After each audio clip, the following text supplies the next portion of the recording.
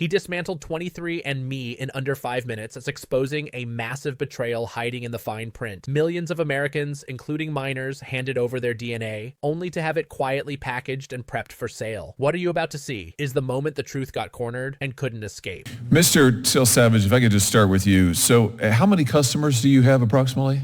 Between 14 and 15 million customers. Between 14 and 15 million. I think you told Senator Britt just a minute ago that a goodly number of those are minors. Is that correct? What I said was I don't have the number of customers. You have the genetic data of a good many minors. Is that correct? We have genetic data for a particular number of minors, and I will be happy to provide. People under the age of 18. Is that correct? That is how I'm defining a minor. So they give your customers, I just want to make sure I understand your business model. Your customers give you their genetic information for you to run various tests on. Is that right? Yes, that is correct. And I mean, that's pretty sensitive stuff, isn't it? Somebody's genetic information. Is there anything more personal than that? I would agree with you, Senator, that genetic data is sensitive information. And so now you're just going to sell all of it? 15 million people, bunches of kids, maybe millions.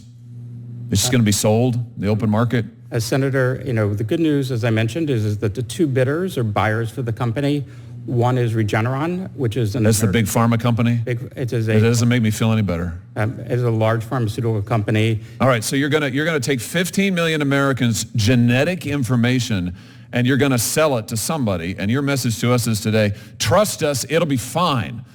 Maybe it's a big pharma company. Maybe we'll get lucky. Maybe they'll treat it right. I thought your privacy code, your privacy commitment said that consumers had a right not to have their information shared with anybody else without their consent. I mean, I've got your privacy statement right here. It says that without their consent, you can't share their information. You're about to sell it. Senator, that consent is, essentially for, not real? Not share for research purposes, and we are not selling it for research purposes. So when you tell the consumer, give us your personal information and we'll take money from you, and we won't give it to anybody without your consent, it's not real. It just means, maybe kind of depends on the day. Senator, I will say that our customers' data is their own. They have the right at all times to access that information. They can edit it. Well, sure they can, but you're about to sell it to who knows who. They can't control it. You said to Senator Moody that consumers have complete control of their data. Complete. How can they have complete control if you're about to sell it without their consent? Senator, they can delete that data anytime up until the sale and after. Oh, okay. They can delete the data. Have you fixed the ability of customers to go on your website and delete it? Because right after you announced your sale, your deletion page went down. I hold in my hand here an article from the Wall Street Journal. 23andMe site goes down as customers struggle to delete their data. Can they even get onto your site to delete their data? They can, Senator. And you fixed this? That was an issue that, yes, we fixed immediately after. It's up and running now? Customers can go on? Customers can go on and they can delete their data. What happens when they go onto your site to delete their data? When a customer logs into their account at 23andMe, they go to their settings page, and there's a section there where just click delete my data. It confirms that they want to delete their data, and it's deleted automatically. Is that true? Let's take a look. Okay.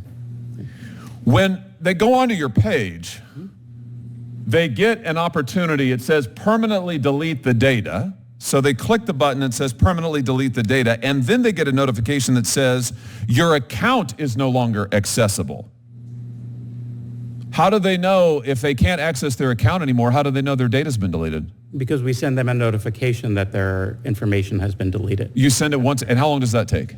Our policies state that, we will delete their data within 30 days, and in most cases, it is automatic and happens much quickly. And when you delete it, it's deleted. It's gone forever. All the genetic data is deleted forever, and yes. Really? Because that's not what your privacy statement says in the fine print. Let's read it. What your statement says is, we retain personal information for as long as necessary to provide the services and fill the transactions you have requested, to comply with our legal obligations, resolve disputes, enforce agreements, et cetera, et cetera. And then it goes on, 23andMe and or our contracted genotyping laboratory will retain your genetic information even if you choose to delete your account. Senator, 23andMe, it does not retain any genetic information regarding the consumer once they delete their account. We do. It says right here that you will retain genetic information, including date of birth and sex, even if you choose to delete your account.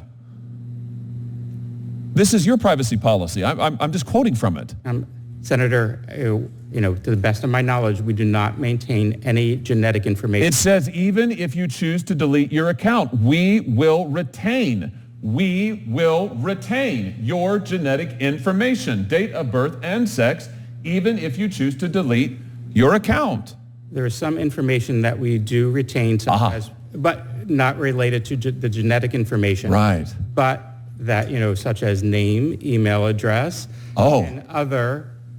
So even if you delete the account, you retain their name, you retain their email address, you retain their date of birth, you retain their sex, and you retain their genetic information, even if they choose to delete your account. So in other words, don't talk to your suit behind you, talk to me. He's not testifying, you are. You do not allow consumers actually to delete permanently their data.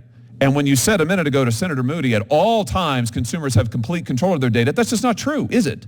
By the terms of your own agreement, that just is not true.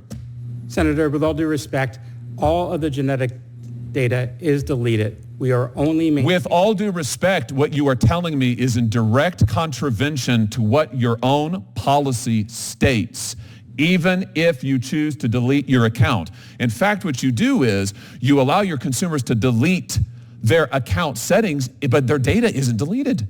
You still have it. The laboratory still has it. You have their name. You have their date of birth. You have their sex. And now you're going to sell it. Here's my point. It's a pattern. Your consumers actually aren't in control of anything. You are. You control their data. You control their genetic information. Now you're about to sell it. You promise them, we won't ever sell it without your consent, but you're doing it. You promise them we'll allow you to delete it, but you don't.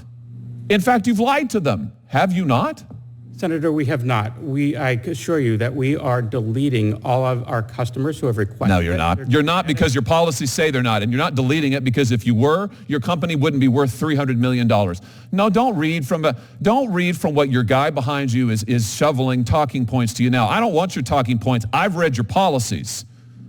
I've seen what they are. And I tell you what, it's amazing to me you're not getting your socks sewed off by your customers. I hope they will. I hope they will rush to the courthouse, even as we are here today, to sue you into oblivion for lying to them and taking their most personal, identifiable information and selling it for a profit and lying to them and to the American public.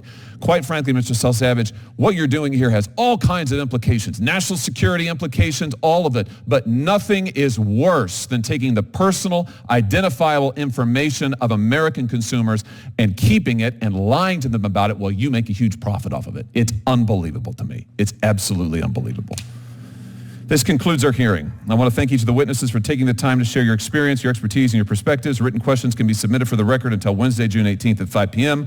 I'll ask the witnesses to answer and return questions to the committee within 2 weeks. The hearing's adjourned. What you just witnessed wasn't a Q&A. It was a surgical takedown of corporate deceit. In a room where power is supposed to meet accountability, one of the most influential biotech firms in America, 23andMe, sat under oath and squirmed under the weight of a single devastating question: who really owns your DNA? And by the end of Senator Josh Hawley's interrogation, the answer was chillingly clear. Not you, not your child, not your family. Once you send it in, it's no longer yours. Hawley didn't just poke holes in their story, he torched it. Beneath the polished branding, the corporate slogans about empowering health, and the customer-first promises, the truth was far uglier. Millions of Americans voluntarily handed over their most sacred, unchangeable data, their genetic blueprint, and now that DNA is being quietly prepared for sale. No headlines, no real warning, and apparently no way out. The company insists users can delete their data anytime. But as Hawley pulled up their own privacy policy, the contradiction was right there in black and white. They retain names, birth dates, sex, and yes, genetic information, even after an account is deleted. And if that wasn't enough, reports surfaced that after the company announced its sale, the very page where users were supposed to delete their data mysteriously went down. This isn't accidental. This isn't some back-end glitch. This is corporate control control, total unchecked control. And it's worse than just a broken promise. It's a systemic betrayal. They said you had control, you don't. They said you had to consent, you didn't. They said your DNA would never be sold. It's being packaged for exactly that, a deal worth hundreds of millions. Let that sink in. Your body, your literal biological identity, has become a product. And while you were told you were in charge, it turns out you're not even in the loop. This isn't just about a single company's bad behavior. This is about the entire architecture of modern tech capitalism, where your privacy is a marketing slogan and your rights are buried in fine print. 23andMe isn't alone. They're just the first to get caught with their hand in the genome jar. If this precedent stands, what stops every other company from following suit? When your most intimate data, information that could predict your health risks, your children's traits, even your ancestry, becomes a commodity, what's left that's truly yours? Let's zoom out. This is a national security concern. This is a civil liberties concern. This is a digital age nightmare come true. Because the more we digitize ourselves, the more these companies stake silent claims on our identity, and the institutions meant to regulate this, asleep at the wheel. Privacy commissions are underfunded, enforcement is toothless, and the legal frameworks governing genetic data are hopelessly outdated, written in an era where no one imagined your saliva could be sold to the highest bidder. And make no mistake, this isn't about helping science. This isn't about curing disease. This is about profit and power. A private company quietly becoming the largest holder of genomic data in America is not a breakthrough. It's a time bomb. Ask yourself, if a company can hoard your child's DNA, lie to you about consent, dodge deletion protocols, and still walk into a $300 million acquisition, what exactly is stopping anyone else? If there's no oversight, no punishment, no transparency, what's left to protect you? Because let's be honest, this isn't just about selling DNA. It's about rewriting the rules of ownership in the digital age. It's about shifting power from people to platforms. And worst of all, it's about monetizing your humanity, turning your cells into stock options. We cannot allow this. Not now, not ever. The Constitution doesn't stop at your doorstep. It doesn't stop at your screen. And it damn sure doesn't stop at your DNA. You have the right to privacy. You have the right to informed consent. You have the right to delete your data and trust that it's truly gone. But none of that means anything if corporations can gut those rights behind closed doors and call it innovation. We cannot allow corporations to redefine deletion to mean some of it, maybe eventually. We cannot allow them to redefine consent, as we warned you somewhere in the fine print. And we cannot let their PR teams outmaneuver the truth. Because this isn't just about one Senate hearing. This is about the future of digital personhood. This is about whether we allow tech empires to become unaccountable custodians of our most personal information. It's about saying enough. This isn't science fiction. It's already here and it's already happening. So let me be clear. Your DNA is not a business model. Your identity is not inventory. Your consent is not optional. And your silence, that's exactly what they're counting on. So don't stay silent. Not now. Not while corporations are rewriting your future without your permission. Share this video with every single person who's ever spit in a tube. Send it to anyone who thinks their data is safe. Subscribe if you believe in truth louder than marketing. And above all, stay loud. Because in a world where your genetics can be monetized behind your back, silence isn't neutral. It's surrender. And we're not surrendering anything. Not our rights, not our dignity, and definitely not our DNA.